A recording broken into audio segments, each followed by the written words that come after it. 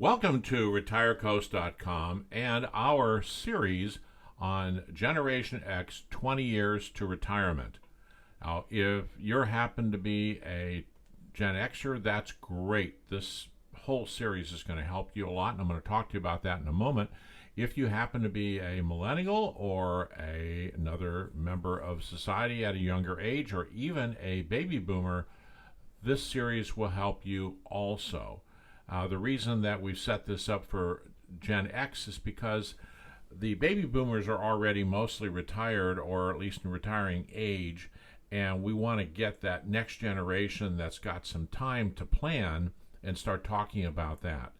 And the Gen X's have about 20 years. Roughly, if you're a 50-year-old today, then you will be 70 years old when you retire in 20 years, which is the maximum Social Security. So we're just using that as a benchmark, but you'll see as we go through there are a lot of statistics and numbers to play with, and it's going to work for you regardless of whether you have 20 years or 18 years or 22 years to retire. Well, my name is Bill Anderson, and I'm here to help you. I've learned a lot about retirement. This is my specialty. I talk about it a lot in the blog, retirecoast.com, and I work with a lot of people that are retired. I sell property to a lot of people that are planning on retirement, and I have done some extensive planning myself over the years, and it's worked out very well. So I'm going to share with you my own personal experiences, those of many of my clients without mentioning them by name, my friends that I have talked to about this that are retired, and those that are Gen X's, to gather information so I know that when we present this to you, it's really valuable information for you. This is going to be a whole series that's going to require you to dig in and spend some time. We're offering this at no charge to you, so if you take the time to learn about what you can do in the next 20 years, you'll have a great retirement. It's all about the planning. It's not about the fear. The fear comes from the unknown, and we're going to try to eliminate some of that. So let me just go through on this video and tell you what we're going to be talking about in all of the others, and just give you a few factoids from here so you can take something away and say, you know, that sounds pretty good. I think I'm going to go after this, and I'm going to be watching the videos as they come out, usually in about a week, and I'm going to be looking at those blog articles on retirecoast.com also. So we're going to cover some key topics, and some of those topics are going to be talking, as I mentioned, we're using a benchmark of 70 years for retirement. But I'm going to tell you today that only 42% of Gen Xers, according to some surveys, actually have a retirement strategy. Now, either you're going to be part of that 42%, or we're going to increase that to 43% with you and all your friends, neighbors, and relatives that are going to come to this website, come to these videos, and start getting involved in your own retirement. After all, who's going to do it for you if you don't do it yourself? And don't say that your spouse is going to do it. Put it up to that person. This should be a family affair, actually, in the planning process. So I see no reason why you can't develop some serious wealth in the next 20 years. I know people that have, and I'll talk about those things as we go through here. Before you consider, for example, committing your money later in life by loaning it to people and that type of thing. We're going to talk about all of that too. A lot of the do's and don'ts. We're also going to focus on things that don't have anything to do with money at all, such as where will you live? What are you going to do when you're no longer going to the office every day? What are you going to do with yourself? That's important too. Mental health is part of the entire process, and we're going to go through this with you. I'm going to tell you to start with that there's no magic number. Don't be looking around on the internet to find out whether you need $500,000 or $1 million or $2 million. I know enough about this. It's certainly, I've gathered enough information to tell you that there is no magic number that's different for everybody. It's different for everybody.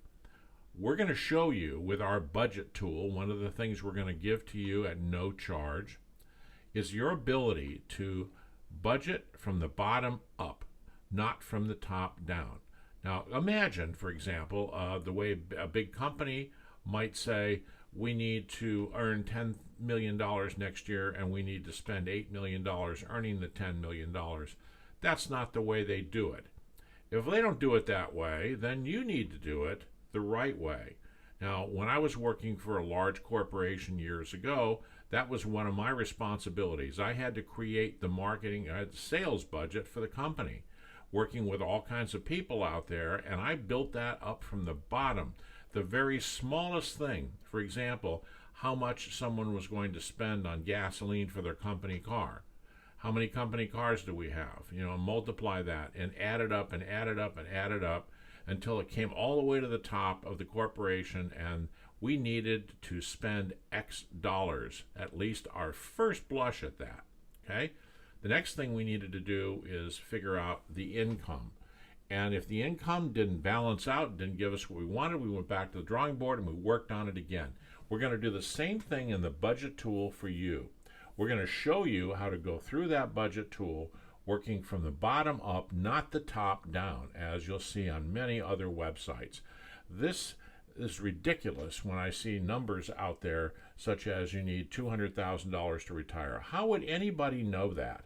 They don't know what your circumstances are. Let me give you a good example. I have a relative that's spending $3,600 a month to rent a house in Southern California.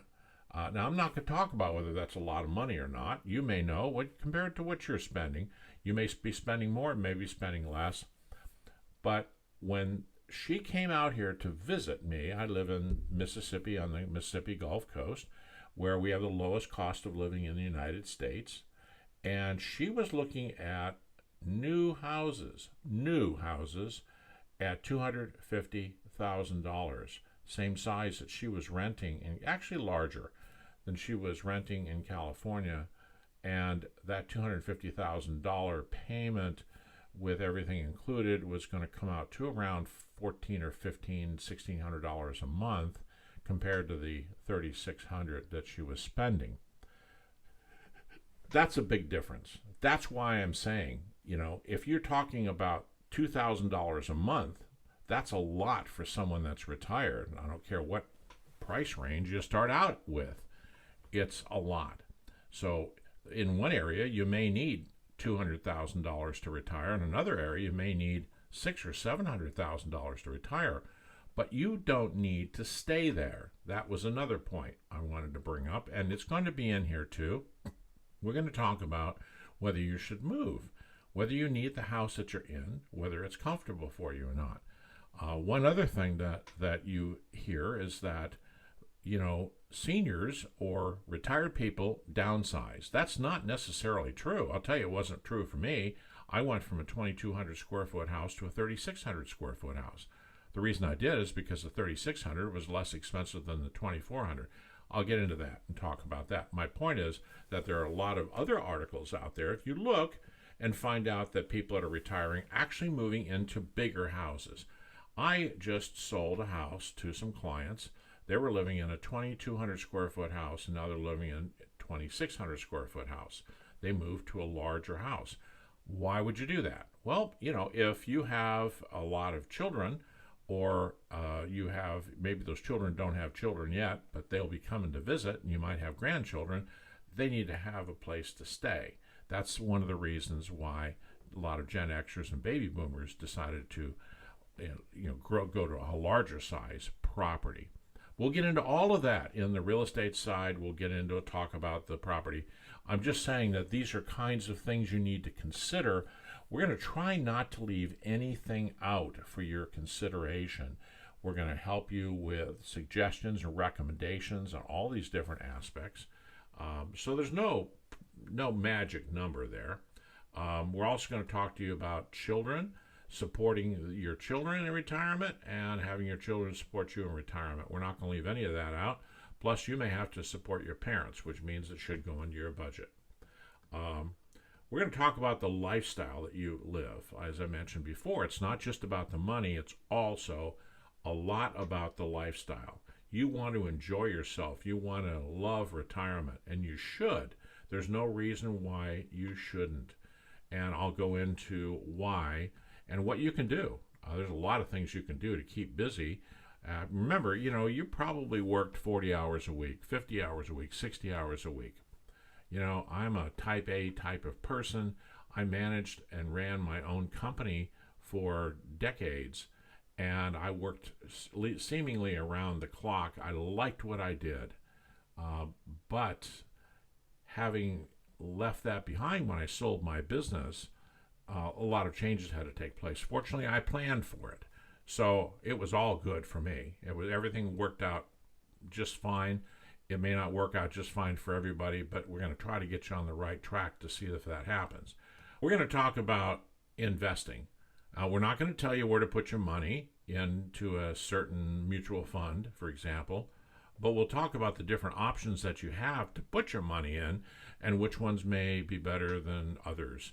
And then you'll have to drill down and decide if you want to buy a stock or something else with it. But at least we'll talk about all those different options you have, because remember, we need to maximize the return on your invested capital regardless of where you put it. But we'll try to steer you in the right direction on where to put this capital. Talking about credit cards. Credit cards can kill a retirement.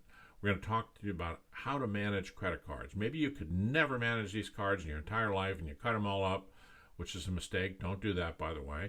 We'll talk to you about all of that. We'll talk to you about how to manage credit in retirement. That is just, I can't stress that enough.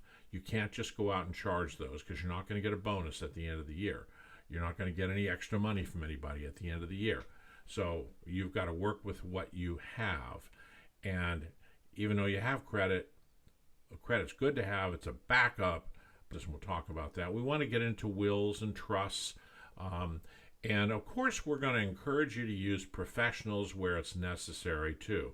All we're doing is opening the door, saying, come on in, let us explain a few things to you. And if it sounds good, well, there's the door down there that has the professional in it. And you might have to hire an attorney, for example, to do a trust. CPAs may possibly be in your future if you have a lot of things to manage for as far as money is concerned. So we're going to get into that too. But our budget tool is the main thing we're going to teach you how to use, and then everything else seems to kind of flow from there when it comes to money. And again, I said we're going to help you with a plan. We're going to help you become one of those 42% that actually has a real plan. And there's plenty of time to save enough money for a really good retirement. By the way, you've probably been looking at the background here, and I was experimenting with some, gadget things and all of that. So I'm dropped out. Basically, you can see me, and then in the background, you can see some various things that we put in there, including a nice photograph of the beach. Mississippi Gulf Coast Beach. I'm going to put in a little plug for that right now, because this is where I live and I love it here. This is one of the best places for retirement, and we're going to talk about that in several different areas in there, because I'm going to compare different places to retire as options for you with where you may be now. You might be in California, for example, or Washington State or Illinois someplace, and I'm going to talk to you about that. Now, there is where I have not only a lot of information on the real estate side, but I also have vacation rentals, and those vacation rental properties we rent to people that come from a lot of states, and I talk to them about possibility of retirement, what it costs where they're at, and I'm going to tell you what they told me. And each of them, of course, has a different story, so we'll get into all of that too. So this is our introduction to Gen X retirement in 20 years. So please come back to our other articles that we're going to write, our blog articles, and our other YouTube videos. Now, this is chapter 1, number 1, if you will, in the series. Number 2 is going to be our budget. We thought we would expose that to you very quickly.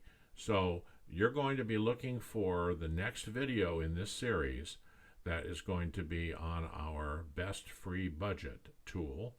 And then you go to the retirecoast.com website, and you need to download that. Now, what you do is you go in and you click on it and you make a copy of it, and there's instructions on how to do that. When you make a copy, it goes on your computer and then it saves, and then you can go in there and change everything. You can't do anything on the screen itself. It's really just there for you to see it. So you want to click on it. It's a Google Sheets product, and you can save it on your computer and you can use it from there. And you can go back to it as often as you need to, or to revise it over time. And we're going to be doing some work on it, so check back once in a while on the budget and see if we've done anything to it. We have a number of tabs in there. There's a lot of things to do. But you're going to be watching that video, so I'm not going to talk to you about that right now. And that video is finished, and it's going to be published in just a couple of days. So if you haven't checked on it yet, you may check on it. It's probably there. So thank you for coming to our YouTube, retirecoast.com, and please go to our blog site, retirecoast.com. Thank you again for coming.